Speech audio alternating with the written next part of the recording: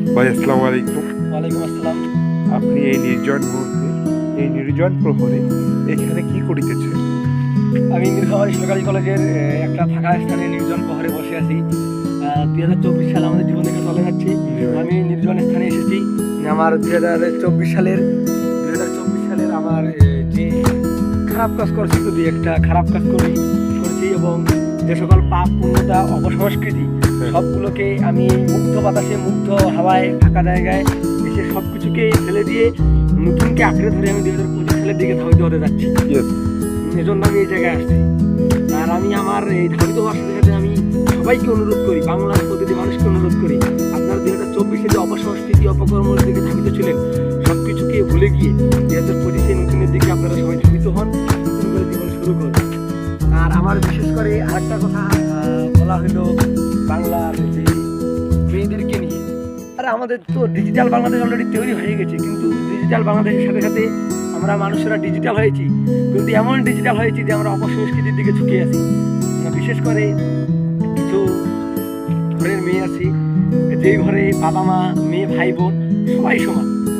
এখানে বাবা বলতে কাউকে বোঝায় না, মা বলতে কাউকে বোঝায় না, সবাই মিলে একটা হিন্দি সিনেমা দেখি, সবাই মিলে কনসার্ট দেখি। ঠিক এরকম ধরনের অপসংস্কৃতি এখনো চালু আছে। আর আমি বিশেষ করে এই মেয়েদেরকে এবং এই ধরনের পরিবারকে আমি, এটা আসলে আমি কাউকে গায়ে দিচ্ছি না বা কাউকে করে বলতেছি না, আমি বলতেছি মানুষের ভালোর জন্য। আর আমি বিশেষ করে বলতে চাচ্ছি মেয়েদের ক্ষেত্রে, আসলে মেয়েরা বর্তমানে যে অশ্লীলতা, মানে অশ্লীল কাপড় চোপড় পরে বেড়ায়। আজকে আমি দেখতেছি শহরের মেয়েরা বিশেষ করে যে পোশাকগুলো পরিধান করে, এই পোশাকগুলা পরতো 1400 বছর আগে জাহেলি যুগের মেয়েরা, জাহেলি যুগে এইসব পোশাক। তার মানে কি, ওরা মূর্খতার যুগে তারা কি এইসব পোশাক পরে কি বোঝাতে চাচ্ছে যে এটা আমাদের জাহেলি যুগ, এটা এই বাংলাদেশ আমাদের জাহেলির বাংলাদেশ? এটা করে বোঝাতে চাচ্ছে এটা ডিজিটাল বাংলাদেশ, ডিজিটাল যুগ।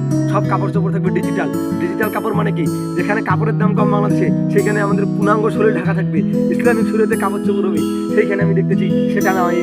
মানে কি আর বলবো, মানে করেন যে মনে হয় যে কাপড় কিনতে গিয়েছিল ওই পোশাকটা, মনে হয় যে কাপড় শর্ট পরে গেছিল, ওইটা নিয়ে আসছে, তার কিছু করার নেই।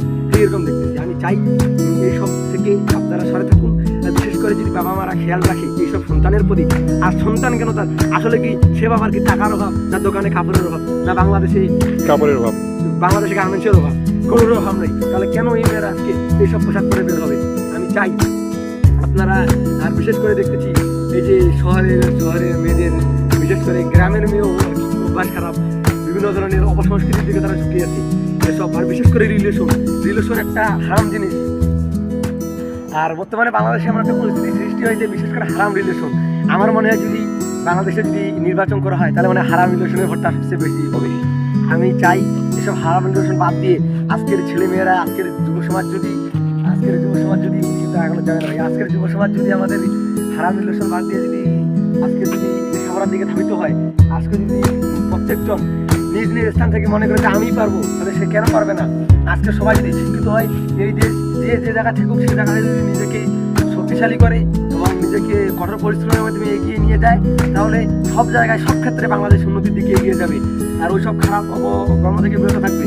তাই আমি এই দেশের প্রতিটি নারী, মেয়ে, ছেলে, পুরুষ সবাইকে অনুরোধ করবো, আপনারা সেই জাহেলি যুগের কাজকর্ম বাদ দিয়ে আজকের ডিজিটাল বাংলাদেশে, ডিজিটাল যুগের সব কাজকর্ম মেনে চলেন।